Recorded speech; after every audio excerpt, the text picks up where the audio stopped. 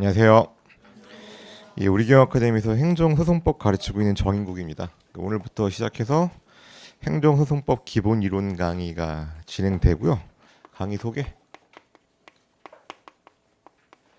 기본 이론 강의고요. 이게 총 15회로 진행됩니다. 15회 진행되고 한 회차마다 3강으로 진행.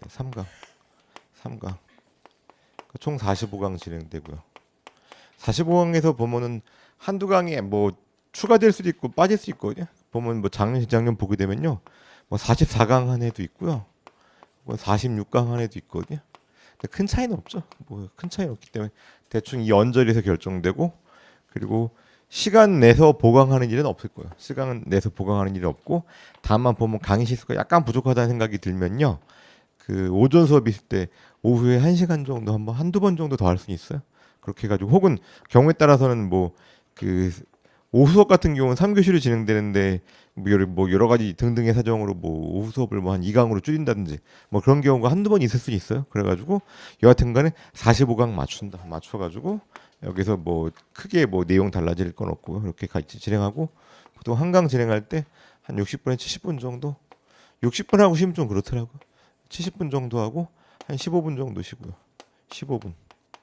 그러니까 적게 쉬진 않아요. 뭐 20분까지 쉬면 너무 오바고 한 15분 정도 쉬어야지. 여러분들 뭐 화장실도 갔다 오고 한꺼번에 또 우르르 가면 막 화장실 줄 서 있고 그러잖아요. 또 그리고 또 그 쉬는 시간 이용해서 꼭 담배 피우는 사람들 있죠. 그렇죠. 담배 피우는 사람들은 1층까지 내려가야 되잖아.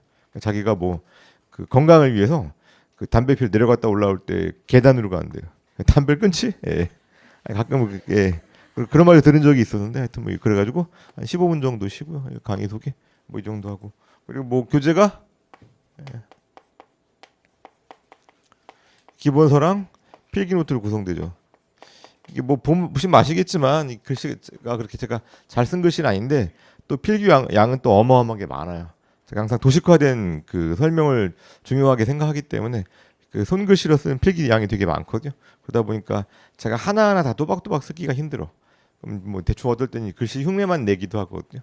그래가지고 필기노트가 꼭 있으셔야 돼요. 근데 단순히 필기노트가 제 글씨가 엉망이라서 알아보기 힘들다 그런 의미만 있는 건 아니고요. 복습할 때 훨씬 편해요. 복습할 때 여러분들이 나중에 그 시험 그 임박해서 공부하실 때 당연히 기본서도 보겠지만 전반적인 내용 빠르게 개관하려면 필기돼 있는 도식화된 내용 보면 훨씬 더 빨리 이해되거든요. 그런 의미에서도 필기노트는 반드시 필요합니다. 반드시 필요하고, 필기노트 보게 되면요, 제가 수업 시간에 하는 필기가 거의 95% 거의 매칭해. 제가 필기할 때 필기 노트에 있는 내용과 다르게 필기를 잘 안 해요. 다르게 필기 안 하기 때문에 별도로 여러분들 추가 필기하는 내용이 거의 없습니다. 그래서 필기 노트 꼭 준비하시고, 한 5% 정도는 뭐냐면요, 가끔 살짝 새로운 필기가 추가되는 경우가 있거든요. 새로운 필기 추가된 경우는 추가될 수밖에 없는 게, 이게 매년 문제가 그해 시험 문제 같은 경우 새로 기출 문제가 추가되거든요. 그럼 그 부분 설명하다 보면 약간 좀 다른 내용으로 다른 방식으로 설명할 필요가 있어요. 추가되는 필기가 한 5% 정도 되는데, 요건 또 제가 별도로 항상 자료를 올려드려요. 그러니까 수업 시간에 필기보단 갖지 마세요. 그냥 눈으로 보시기만 하면 돼요. 이 정도. 원래 기존 필기 노트에 있는 거 노트. 그리고 추가된 필기, 이건 또 올라온다는 거. 그리고 필기 노트에는요, 그 수업 시간에 하는 필기만 들어있는 게 아니라 맨 뒤에 보게 되면, 맨 뒤에까지는 아니고 보게 되면 조문 그 특강에 대한 필기가 있고, 부록을 해가지고 162페이지 한번 펴보세요. 필기노트 162페이지 보시게 되면 행정소송법 조문 특강이라고 있어요. 제가 별도로 특강 개설한 게 있거든요. 거기에 대한 필기가 또 들어 있습니다. 그럼 나중에 이건 조문 특강에 대해서 공부를 하실 일이 있을 거예요. 그러니까 그 필기, 그 조문 특강에 대한 필기의 성격도 갖고 있다. 그리고 찢어졌죠. 예. 또 무슨 얘기가 될까? 이 정도. 그리고 뭐 강의 방식. 강의할 때 항상 도식화된 방법으로 먼저 필기를 통해서 전반적인 내용을 개관을 한 다음에, 그리고 나서 교재에 있는 본문을 언더라인 치는, 밑줄 치는 방법, 이런 식으로 진행하거든요. 밑줄. 그러니까 제가 필기를 할 때 4색을 써요. 4색. 뼈대에 해당하는 거, 뭐 기본 구조에 해당하는 거는 이 흰색 분필. 필기 노트에는 검은색으로 나와 있죠. 그 다음에 중요 사항이죠. 중요 사항은 노란색. 노란색이라고 또 쓰고 있네, 그렇죠? 노란색이고 그다음에 또 하다 보면 이 중요 사항에서 한 단계 더 나아가는 부분이 있어요. 그게 예외적인 내용일 수도 있고 더 중요한 부분일 수도 있고요. 하여튼 여기다가 중요 사항에서 하나 더 나아가는 부분, 뭐 예외나 추가 되는 부분은 빨간색. 그리고 이 필기하다 보면요. 그림이 전반적인 시간적인 순서가 중요한 경우가 있거든요. 특히 판례 같은 경우는 사건을 가지고 설명하는 거기 때문에 시간적인 순서가 중요한데 그냥 그려놓으면 여러분들이 시간적인 순서를 모르잖아요. 그래서 시간적인 순서 이거는 이렇게 하늘색 이렇게 하는데 필기노트에는 이게 검은색 돼 있고 중요한 부분이 여기서는 파란색 돼 있죠. 필기노트에다가 노란색을 쓰게 되면요 잘 안 보여. 그래가지고 이게 그렇게 써야 되나? 그렇죠. 중요한 부분 노란색인데 필기노트는 파란색이요. 그 다음에 추가된 부분 빨간색이고 순서에 해당하는 부분 녹색이. 그 부분 설명까지 해야 되나? 그치? 녹색. 필기노트에다가 중요 부분 노란색이 필기노트에는 파란색 돼 있고. 뭐 그리고 판서 보면서 그러니까 칠판에 있는 판서 보면서 필기노트 보면요 무슨 말인지 다 알 겁니다. 이렇게 돼 있고 그다음 밑줄. 여러분 밑줄 치기 위해서 여러분 그 형광펜 하나 준비하세요. 형광펜. 그리고 여러분 밑줄 칠 때 제가 어디 밑줄 치란 말을 자주 하거든요. 밑줄 칠 때 자대고 그 다음에 볼펜으로 밑줄 긋지 마세요. 안 좋아. 왜 안 좋냐면요. 예. 뭐 나는 행소법을 공부한다. 이걸 내가 밑줄 친다고 생각해 보세요. 그러면 형광펜을 치게 되면요. 여기다가 글자 자체에다가 색깔이 싹 다 입혀지잖아요. 자대고 밑에다 이렇게 그거 보세요. 이렇게 되는 거잖아. 여러분들 나중에 시험 앞두고 나면요. 시험 임박해서는 엄청나게 많은 양을 빠른 시간에 봐야 되거든요. 행정소송법 같은 경우도 결국 여러분들이 뭐 기본서 가지고 정리를 할 텐데 기본서에도 몇백 페이지, 600페이지가 넘어가.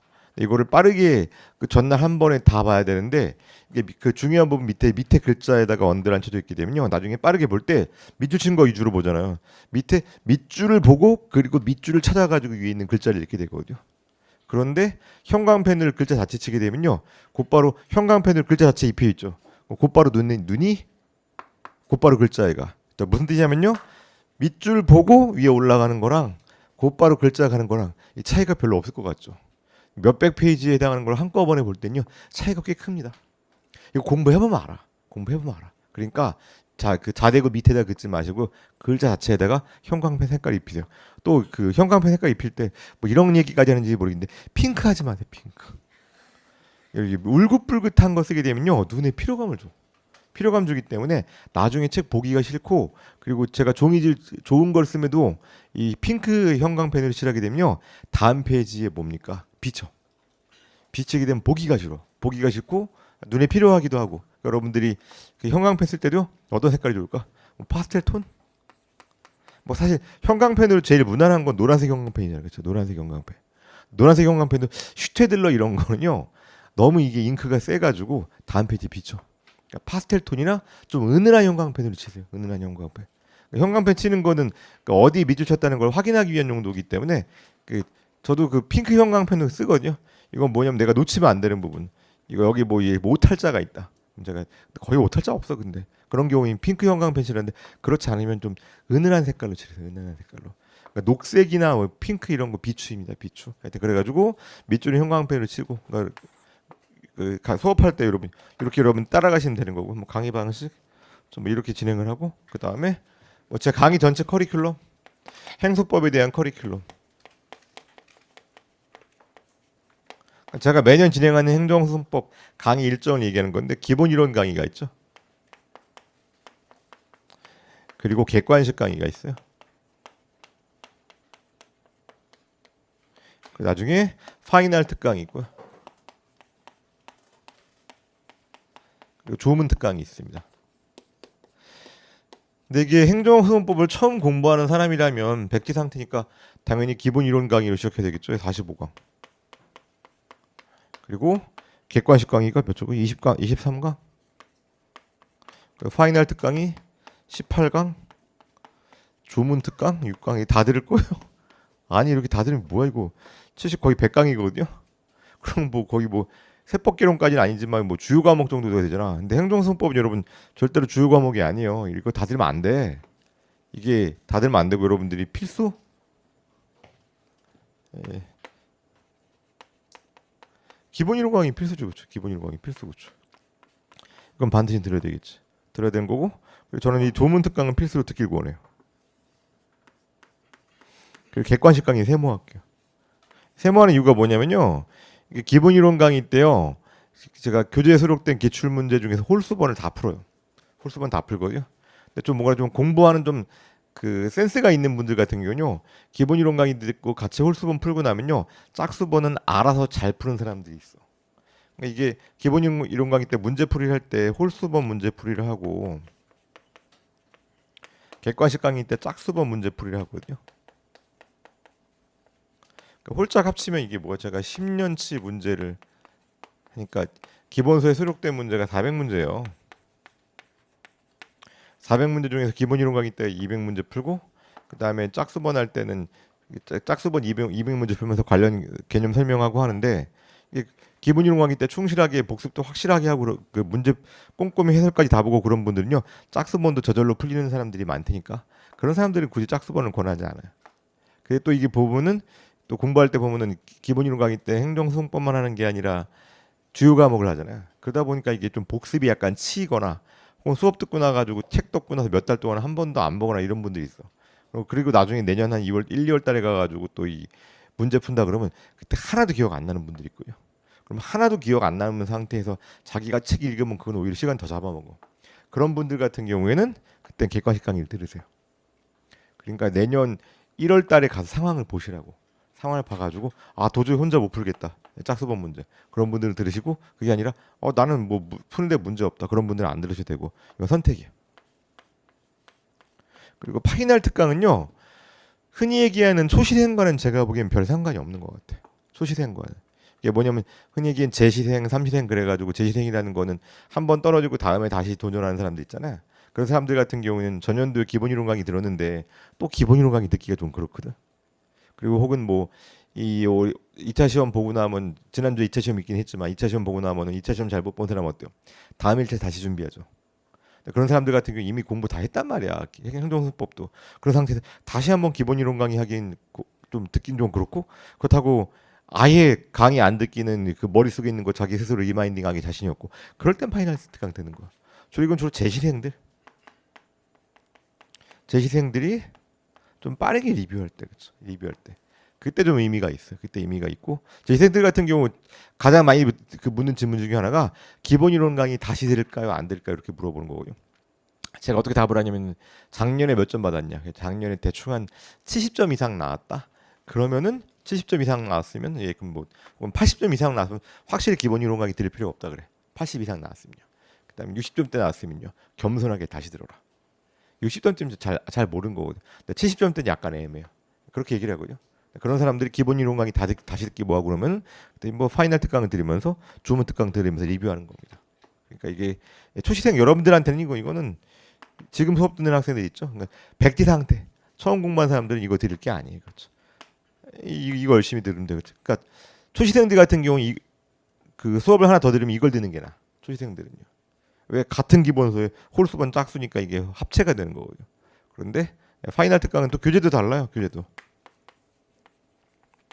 기본 이론 강의랑 객관식 강의는 이건 기본서로 진행하거든요. 근데 파이널 특강은 하루의 끝장내기라 그래가지고 학끝이라고 OX 문제집이에요. 서로 교재도 다르고 뭐 교재 2권씩 3권씩 준비할 필요는 없잖아요. 그러니까 여러분한테는 이게 됐고 이거는 재시생들한테 관련된 거고. 조문 특강은요 한 번 공부한 사람들은 다 들으라 그러고 또 재시생이나 삼시생 같은 경우에는 이게 뭐냐면요 행정수능법이 양이 매우 적어요. 매우 적어가지고 법조문이 46개밖에 안 되거든요. 그리고 실제 시험 보게 되면 판례반 그 다음에 법조문 반이거든요. 그래서 법조문 그 40문제 중에서 행정수법이 40문제인데 40문제 중에서 법조문 물어보는 문제가 한 25개쯤 돼. 그럼 법조문만 딱딱 딸딸 외워도요 25개가 자동적으로 풀려요. 그리고 이게 조문을 통해 가지고 전반적인 구조를 좀 개관을 하는 거거든요. 이거는 수업 듣고 나가지고 여러분들이 정리하는 정리한다기보다는 한번 기본 이론 강의 듣고 난 다음에 스스로 다시 정리하기 약간 좀 버거운 경우 있거든요. 그때 들으면 되게 좋아요. 그러니까 미리 듣는 사람도 있는데 기본 이론 강의 하기 전에 미리 듣지 마세요. 듣지 말고 기본 이론 강의 하면서 병행을 하거나 혹은 기본 이론 강의 끝나고 그 이유가 뭐냐면 나중에 여러분들이 제가 무슨 얘기를 하냐면요. 행정소송법은요. 법조문 100번 읽으라고 그러죠. 100번. 100번이라는 게 꼭 숫자로 100번 읽으라는 게 아니라 한 수십 번 읽다 보면요. 행정소법 법조문이 그냥 머릿속에 뇌리에 박혀버리거든요. 그럼 시험장 가서 좋은 점이 뭐냐면 우리가 행정소법이 40문제잖아요. 40문제니까 40분 안에 풀 거예요? 아니죠, 여러분. 행정소법 이거보다 훨씬 더 빠른 시간 안에 풀고 어디 투자해야 돼요? 실기 행정소법은 회계학이랑 같이 보잖아. 회계학 시간 없잖아. 회계학에다 많이 투자해야 되거든요. 그래서 저는 20분에서 25분 사이를 권하거든요. 이렇게 빨리 풀려면요. 조문을 46개를 외우고 있어야 돼. 조문 46개 이러면 100번 정도 읽으셔야 되고요. 그럼 시험장 가면 그냥 자동적으로 풀린다니까. 그렇게 46개를 조문을 정리를 하려면요. 이거 조문 특강 한 번 들어놓으셔야 돼. 한 번. 6강밖에 안 되고 6강 동안 46개 조문 다 정리한 거니까. 그걸 들으시라. 요 두 개를 필수로 권해요. 그리고 이것도 조문 특강도 별도의 교재가 없죠. 이건 필기 노트. 뒤에 부록이잖아요. 아 물론 제가 이거 조문 특강에 해당하는 교재 파일을요. 그 필기 노트 첨부해놨어요. 첨부해놨기 때문에 뭐 그거로 들어도 상관없는데 뭐 기본서 필기 노트 교재 갖고 있으면 실물 교재 있으면 실물 교재 맨 뒤에 있으니까 그거 들으면 되는 것이고 혹은 이렇게 하셔도 돼요. 필기 노트 부록을 별도로 출력하셔가지고 이것만 출력해가지고 호치키스 찍어갖고 다니면서 나중에 100번 읽으실 거잖아요. 100번 읽을 때 왔다 갔다 하면서 보기 쉽게 읽다 뭐 한 10번 읽다가 뭐 식당에서 읽다가 국물 튀었다 그럼 버리면 되잖아. 그리고 또 출력하면 되는 거니까 하여튼 이렇게 커리큘럼이 진행된다는 거. 딱 봐도 글씨 잘 쓰지 못하잖아요. 잘 쓰지 못하니까 이거는 뭐 필기할 것도 없잖아요. 그러니까 필기 노트 뭐 꼭 필요합니다. 그 다음에 이렇게 하고 전체 커리큘럼 그 다음에 교재에 대한 설명까지. 교재가 기본서 같은 경우에는요. 문제가 행정소송법이 여러분 언제 처음 들어온지 아세요? 2005년도에 처음에 행정소송법이 그 세무사 시험 과목에 들어왔어요. 원래는 수십 년 동안 상법만 하고 있다가 행정소송법과 민법이 들어온 이유가 세무사회의 목표 중에 하나가 그 세무소송 대리권을 가져가는 거야. 세무소송 대리권을 얻는 거거든요. 근데 세무소송 대리권을 얻으려면 어때요? 소송을 알아야 되겠죠. 그러면 그 조세소송이라는 게 뭐예요? 이게 행정소송의 일종이잖아. 그럼 행정소송법을 공부하지 않고 세무소송 대리권 주장한다는 게 매우 우스운 일이거든요. 그래서 2005년도에 처음 들어왔습니다. 올해가 2025년이니까 이제 얼마 됐어? 21년 됐죠. 21년. 21년 동안 매년 40문제죠. 그리고 오지선다. 오지선다 좀 이따 보도록 하고 21년 동안 매년 40문제니까 몇 문제 된 거야? 820문제죠. 맞아요? 이거 갑자기 820문제 맞죠? 820문제. 근데 여러분 행정소송법이요. 조문이 46개밖에 안 돼요. 그 46개밖에 안 되는 이 좁은 양에서 820문제를 만든다는 게 불가능하고요. 매년 아니에요? 21 곱하기 4. 840문제. 이 숫자 계산도 안 되네. 840문제. 그러니까 전자계산기 자주 쓰면 안 돼. 사람 바보 돼. 840문제. 이게 얼마 안 되는 양에서 이 840문제를 낸다는 게 거의 불가능하죠. 그러니까 뭐냐면 돌고 돌아요. 돌고 돌아가지고 이 보면은 행정소송법에서 뭐 다른 시험에 있는 문제를 가져와서 공부한다. 아주 우스운 일이야. 여기 있는 것도 이게 행정소송법은요. 대한민국에서 그 세무사 시험이 제일 어려워. 변호사 시험보다 더 어려워. 더 어려울 수밖에 없는 게 변호사 시험은 행정법 다 보거든요.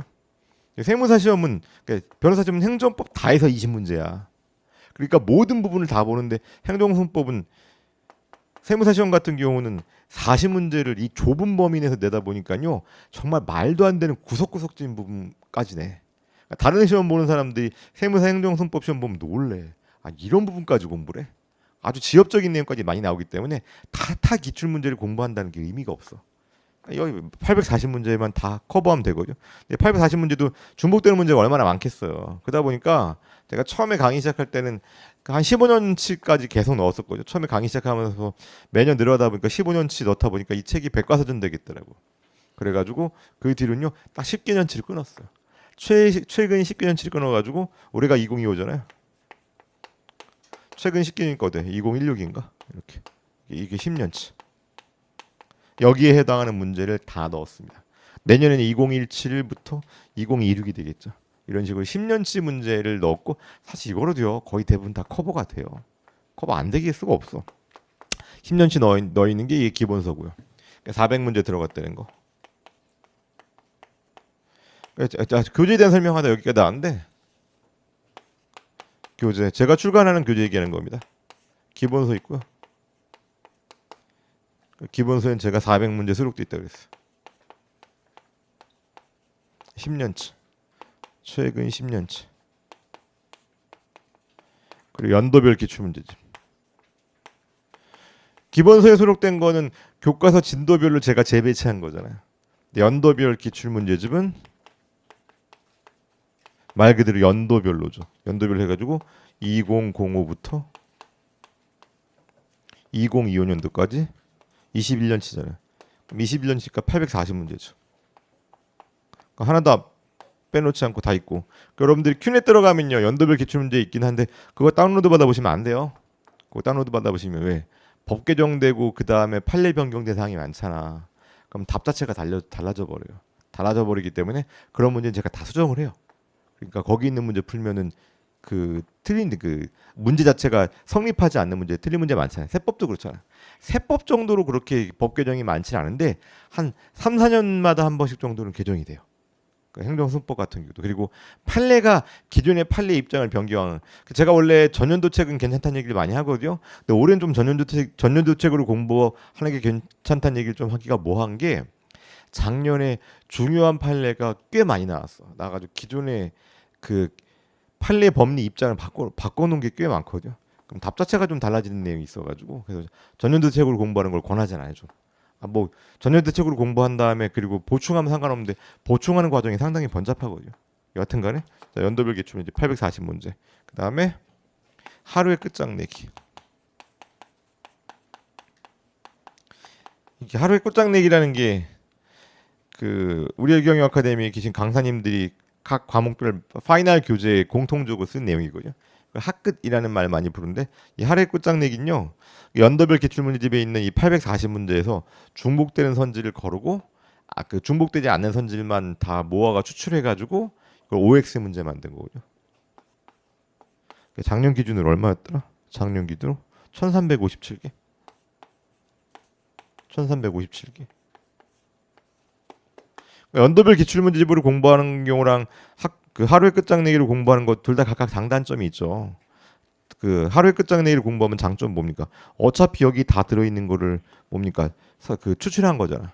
그렇기 때문에 중복되는 걸 제외했기 때문에 같은 시간 뭐 훨씬 더 빠르게 여러 번 볼 수 있죠. 뭐 그런 장점이 있기는 한데 다만 이 연도별 기출문제집은 사례형 문제가 있어요. 사례형 문제. 사례형 문제는 이거를 여러분 OX에서 뽑을 수가 없잖아. 그러다 보니까 사례형 문제가 빠진다는. 그리고 또 문제 풀 때 오지선다를 보면서 5개 선지를 서로 비교해가면서 푸는 그런 사실 연습도 필요하거든요. 근데 OX 풀면 그런 연습이 안 돼. 그런 연습이 안 되는 게 단점.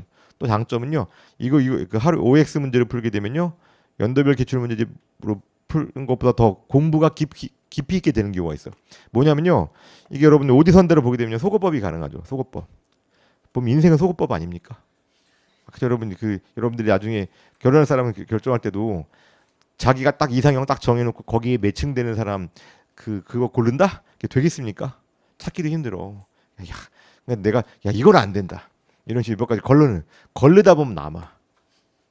그렇잖아. 근데 뭐 3, 4, 5 이렇게 있는데 1, 2, 3, 4 내가 본인이 안 된다. 뭐 안 된 이유 중에다가 나는 뭐 도박 좋아하는 사람 싫고 술 좋아하는 사람 싫고 담배 좋아하는 사람 싫고 이런 식으로 등등. 그다음에 등등 이렇게 뭐 하다 보면 하나가 남겠죠. 인생은 소거법인데 연도별 기출 문제집은 이 소거법으로 문제를 풀기 때문에 확실히 또 소거법 풀다 보면 뭐가 어떤 게 있냐면요. 내가 좀 공부가 됐으면 확실히 답인 게 있거든요. 이거 찾으면 나머지는 보지도 않죠.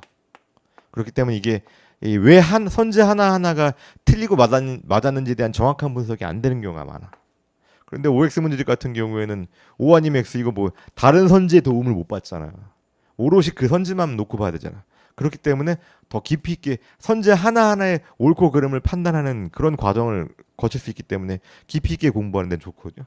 뭘 다 공부하면 좋지만 행정승법에 그렇게 공부 많이 할 필요 없습니다. 그래서 각각의 장단점이 있다는 거. 연돌배 기출문제집, 하루의 끝장내기. 나중에 보니까 수험생들 보면은 그런 경우 많더라고요. 나중에 막판 정리를 이게 21년 치잖아요. 시험 한 달 정도 앞두고 매일 한 모의고사처럼 매일 한 회씩 푸는 사람도 있더라고. 매일 한 회씩. 그렇게 하는 것도 좋은 정리 방법이죠, 막판에. 그리고 어떤 사람들 같은 경우는 자기가 공부할 때 뭐 확실히 선제 하나하나 분석하고 싶다 그래가지고 하루의 끝장내기 교재 가지고 이거 뭐 강의는 들 필요 없다 그랬어요. 들 필요 없다 그랬는데 그래서 OX 문제를 가지고 빠르게 정리하는 사람들도 있고 요 정도 이렇게 교재가 이렇게 제 교재가 이렇게 있어요. 그리고 뭐 필기 노트는 아까 얘기했고 필기 노트는 뒤에 부록도 있고 교재에 대한 설명이 있고 그러니까 여러분들이 공부할 때 이 커리큘럼에 따라서 공부하고 그리고 교재 갖고 공부하면 되는데 그다음에 추가되는 내용이 하나가 있어요. 추가.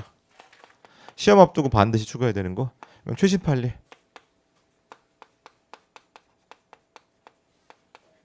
이건 반드시 추가하셔야 되겠죠. 추가하셔야 되는 게 여러분들이 갖고 있는 책이 2026 대비이고 여기 실려 있는 문제가 뭐가 있어요? 2025년도 기출 있죠. 여러분 올해가 2025년도인데 이게 2025년도 시험이 4월달에 있었잖아. 4월달에. 그러니까 시험 보고 나서 그 뒤에 어때요? 새로 판례가 계속 나오죠.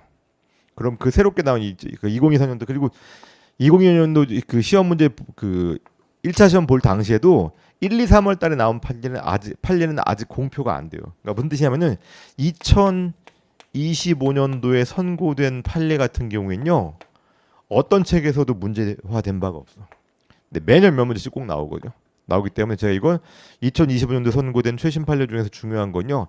제가 2026년도 한 2월 달쯤 되면은 그 학원 학습 자료실에다 올려놔요. OX화해서 올려놓거든요. 보면 매년 한 10개에서 20개 정도 돼. 이건 꼭 나와요. 안 나오는 경우도 있어. 뭐 그 다음에 나오는 경우도 있는데 이거는 별도로 공부 안 하게 되면 뭐 다른 곳에서 다룰 수가 없어요. 제가 기본 이론 강의 때 다룰 수도 없어. 어떻게 다루겠어? 이를테면 2025년도 9월 10월 달에 선고된 판례를 제가 기본 이론 강의 때 어떻게 다뤄?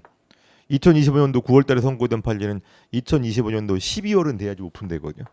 그런 판례는 제가 별도로 정리해서 OX로 다음에 2월 달에 올려놓으니까 이건 꼭 여러분들이 다운로드 받아서 풀어보세요.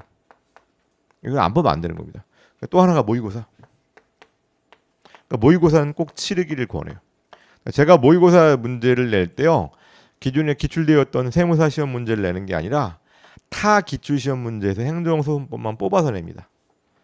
이것도 모의고사를 어떤 걸 갖고 내냐면 2025년도에 타 시험들 있죠. 타 시험들. 타 시험 뭐 변호사 시험도 있고 그다음에 국회 사무처 시험. 국회 사무처 시험이 제일 어려워. 그다음에 공무원 9급 7급 시험도 있고 등등의 행정소송법을 시험 범위라는 시험이 있거든요. 그 문제들을 뽑아서 제가 돼요. 그렇게 하는 이유가 뭐냐면요. 이게 사실 이거 최신 판례라든지 최신 법령 이거랑 관련이 있어. 뭐 여기 나와 있는 이미 기출되었던 문제는 여러분들이 다 어디서 봤기 때문에 이거는 외워서 푸는 게 되어버리거든요. 새롭게 문제를 한 번은 풀어봐야 돼. 새롭게 문제는 여러분들이 타 시험 기출 문제를 공부할 필요 없다 그랬어요. 제가 모아서 이렇게 정리해서 문제를 내니까. 그러니까 모의고사는 꼭 시험 치르세요. 그리고 시험 치를 때 제가 실제 시험보다요 훨씬 어렵게 치거든요. 어렵게. 훨씬이란 말이 약간 좀 어폐가 있긴 하겠지만 그러니까 점수를 치면요 10점 이상 낮게 점수가 낮게 나오게 차이가 나게 문제를 냅니다. 이거 뭐냐면 행정소송법 시험이요 어느 애는 쉽고 어느 애는 어렵고 이게 좀 편차가 좀 있어요. 편차가 있을 때 쉬운 애 기준으로 여러분들이 모의고사 치르는 게 맞겠습니까? 어려운 애 기준으로 치르는 게 맞겠습니까? 어려운 애 기준으로 가장 어려웠던 때가 2021년도거든요. 그때 어떤 사태가 있었냐면요. 행정소송법이 너무 어렵다 보니까 또 행정소송법은 또 전략 과목이라고 생각해가지고 이건 난 버릴 수 없다 이런 분들이 있어요. 그래서 어떤 일이 있었냐면 이 당시에 40문제를요 40분 동안 풀고 앉았어. 이거 행정소송법 제가 아까 20분에서 25분 사이 끊어야 된다 그랬죠. 이걸 여러분 40분 안에 풀고 있으면요 여기서 15분 이상을 쓴 거죠. 그럼 어떤 일이 생겨버려? 회계학을 못 풀어요. 어떻게 했어야 돼 그때 이 40번을 푼 사람은요. 딱 봐가지고 답을 찾을 수 없는 문제는 빨리 찍고 넘어갔어야 돼. 근데 본인이 평상시에 모의고사를 통해 가지고 제가 그 해도 문제 어렵게 냈어. 근데 본인이 해가지고 이걸 찍고 넘어가는 그런 경험을 안 갖고 있다 보니까 계속 붙잡고 있었던 거야. 그러니까 40문제 40분 동안 풀고 앉았어. 그럼 행정 그러면 어때? 회계학을 기둥 찍어버린 거죠. 그리고 회계학 꽈락. 이 길게 하는 이유가 제가 그래서 실제 시험 문제 어렵게 내요. 무슨 뜻이냐면요. 실제 시험보다 10점 이상 어려우니까 가장 어려웠을 때 대비해서 그리고 모르는 문제 나오니까 문제가 뭐냐면요. 여러분들이 멘탈이 나가더만. 실제 시험에서 2021년도 그렇고 어려운 애가 한 2, 3년마다 한 번씩 있는데 어려운 문제가 나오면 여러분들이 멘탈이 나가버려가지고 행정소송법도 이렇게 어려운데 나 어떡하지? 내가 붙을 수 있을까? 막 머릿속에 별의별 생각이 다 듭니다. 그럼 어때요? 전반적으로 해당 시험 전체에 영향을 미치거든요. 그러니까 어려운 문제 나와도 쫄지 말자고요. 행정소송법은 주요 과목이 아니에요. 그리고 한 80만 맞으면 돼. 첫날부터 졸아요? 첫날부터 졸면 어쩌게 되는 거야, 그렇죠? 그렇잖아요, 여러분. 우리 뒤에 저기 왜 그 스탠딩 책상이 왜 있겠어요? 졸면 뒤에 가서 서서 들으라고 있는 게 스탠딩 책상이잖아요, 그렇죠? 근데 제가 보면요, 이게 강의하다 보면요, 이게 표본이 쌓이거든요. 쌓이면요, 이런 게 있어. 저 사람은 안 되겠다. 저주예요? 근데 진짜 안 돼. 이게 자세의 문제거든요. 근데 보면 저 사람 확실히 되겠다. 그러면 대부분 확실히 되고 확실히 되겠다 싶은데 진짜 저 사람이 떨어졌어? 그런 경우도 가끔 있거든요. 근데 그 사람 다음에 돼. 다음에. 이게 보면 고시라는 게 항상 성실성이 중요하잖아. 웬만한 거기 그대로 맞거든요. 근데 보면 쟤 안 되겠는데? 진짜 안 돼요. 제가 안 되겠는 게라는 게 관상을 보고 안 되겠는 게 그러겠습니까? 아니잖아. 수업 들을 때 그 자세를 보고 얘기하는 거고 첫날부터 졸면 어떡해 이 얘기하고 앉았는데 그렇죠? 그래서 어렵게 내는 이유가 다양한 이유가 있다고요. 그러니까 내가 이거 어렵게 낸다고 해가지고 욕하지 마시라고. 멘탈 관리, 그 다음에 시간 관리, 그리고 모르는 문제 나서 찍는 연습. 시험장 갔을 때 여러분들이 마음 문제 중에서 여러분 실제 여러분들이 모의고사 그러니까 교재에 수록된 문제보다는요 실제 시험도 확실히 어려워. 확실히 어려운 게 그동안 안 봤던 판례가 분명히 나오고 한 두세 개 정도는 절대로 못 푸는 문제가 나오거든요. 그런 문제 나올 때 어떻게 돼? 딱 보고 잘 모르겠는데 체크해 놔. 문제 번호에다가 체크하고 40번까지 보고 난 다음에 한 번 더 보세요.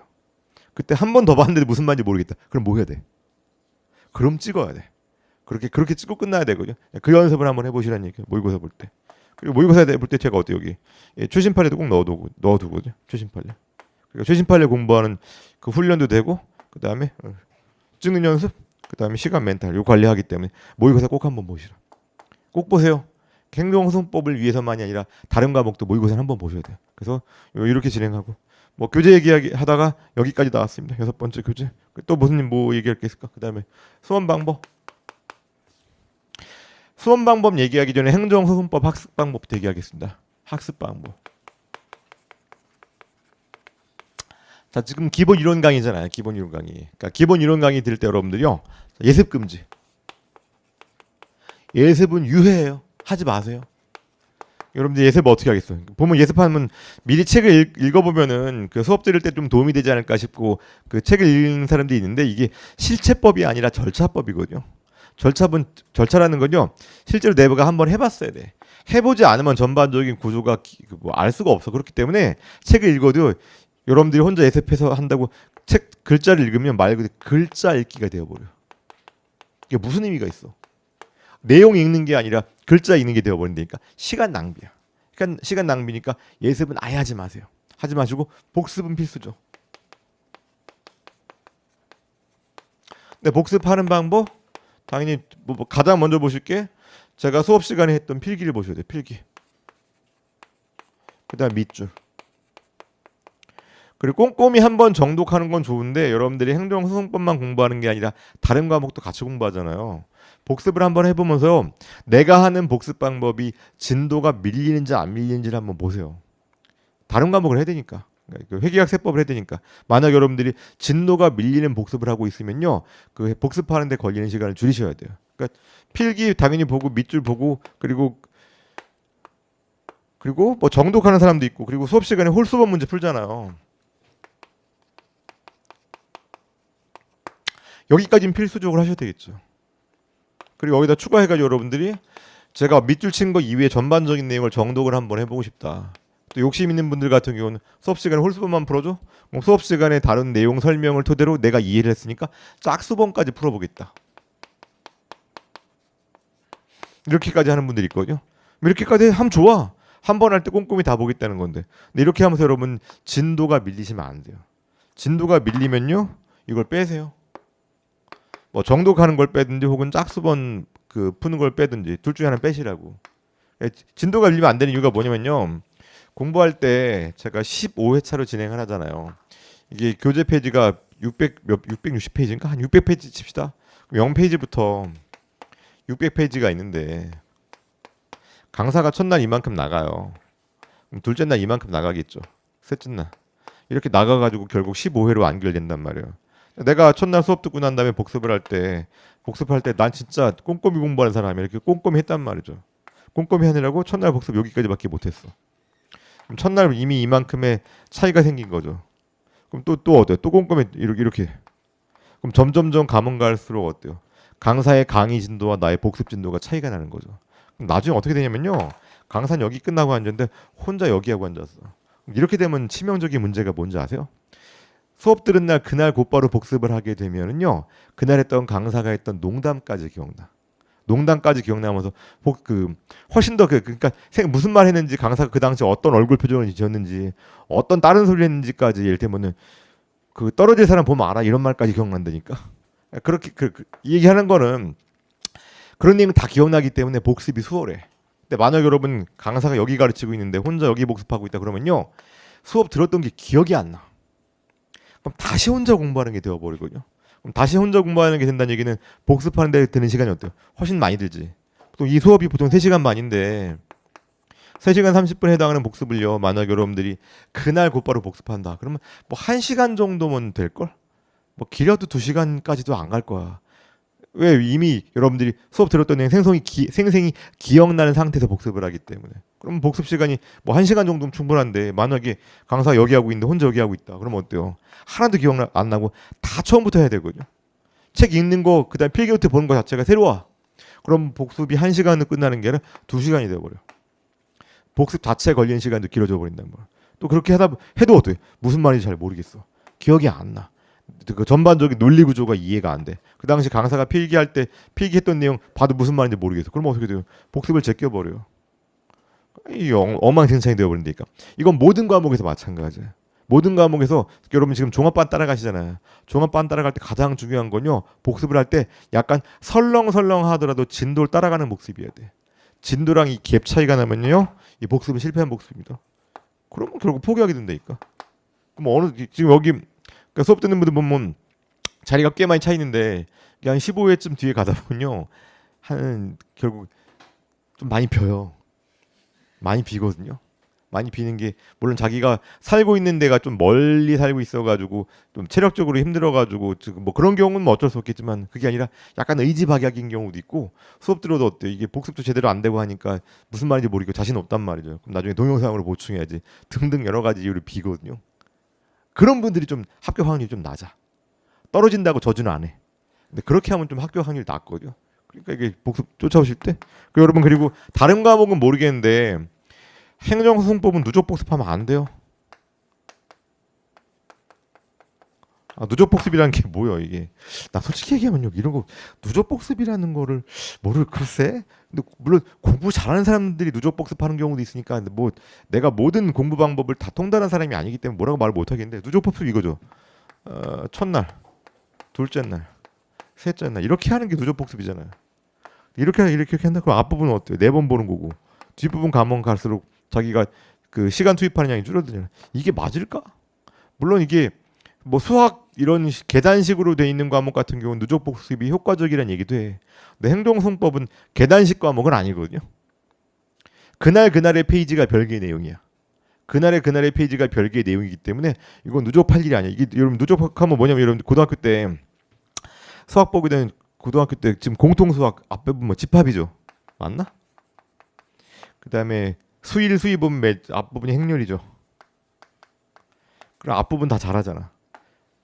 그죠? 뒷부분 가면 다 왜? 앞부분 여러 번 공부하거든요. 아 이번에 열심히 해야 되겠다. 또 집합부터 시작해. 아 제꼈다가 또 다시 하면 집합부터. 그러니까 앞부분만 계속 본다니까 이게 무슨 의미가 있어? 뒤에 확률 통계 하나도 모르는데 그렇죠? 함수 같은 거 하나도 모르는데 무슨 의미가 있어? 아 물론 수학 자체는 계단식 과목이라고 얘기하는데 행동법, 소송법 이렇게 하지 마시라고.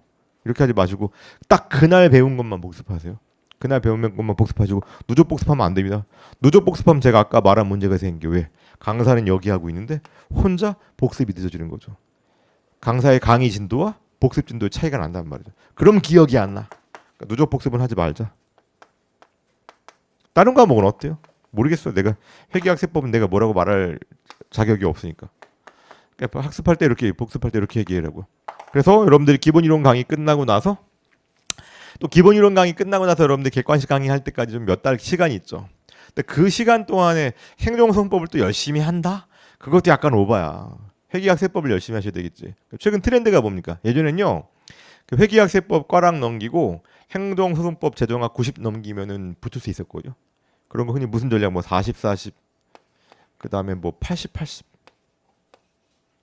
행정소송법 막 90까지 가능하고 그런 경우가 있었거든요. 근데 지금은요.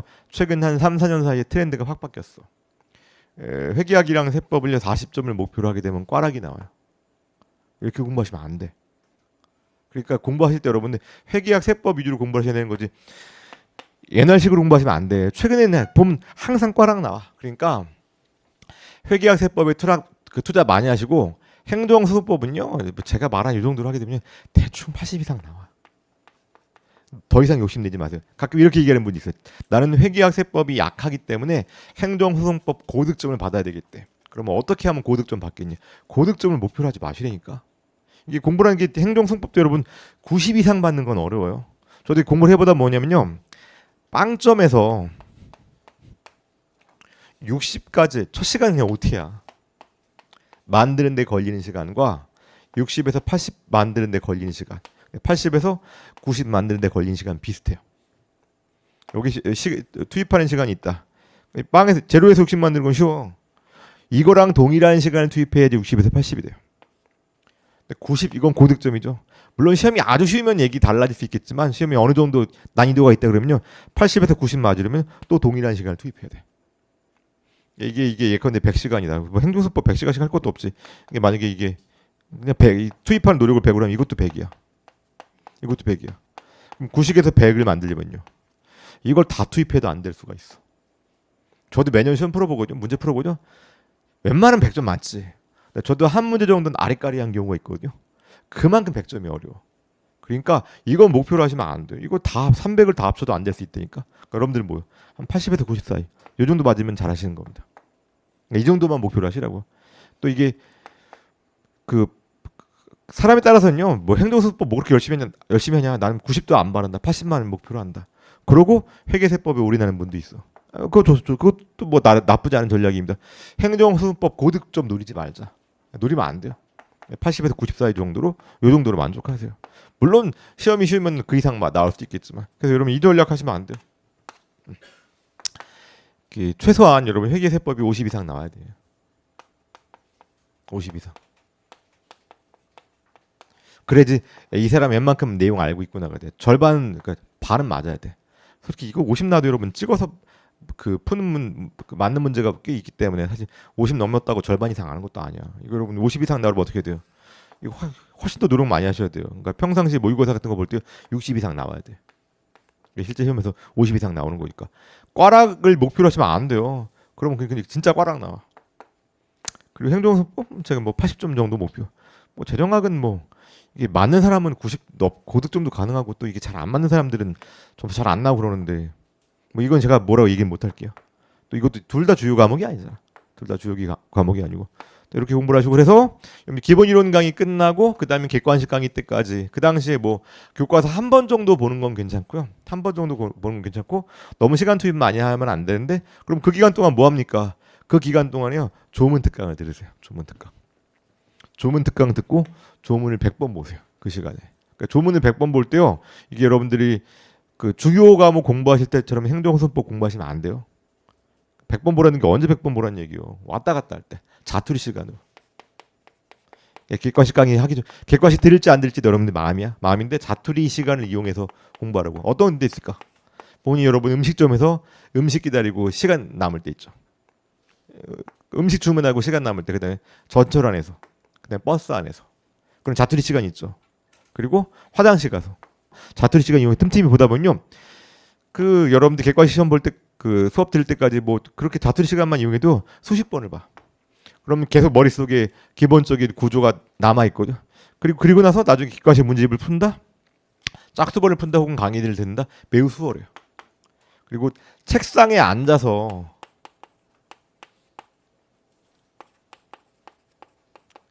정식으로 공부하지 마시려고요. 정식으로 조문 읽을 때는요, 제대로 공부하지 마시려고. 이렇게 하는 건 회계세법 공부할 때 이렇게 얘기하는 겁니다. 기본 이론 강의 끝나고, 근데 한 번은 조문 특강 이건 꼭 들으시고, 그다음에 한 번은 정독하세요. 한 번만 정식으로 공부하고 그 다음부터는 그냥 약간 그 찌라시 비슷하게 찌라시 보는 것처럼 공부하시라고. 그렇게 공부하시고, 그리고 나중에 1, 2월 달에 여러분들이 그때 가가지고 다시 한번 정식으로 그때 공부하시면 되는 겁니다. 자, 이렇게 커리큘럼, 그다음에 학습 방법까지 다 얘기했고.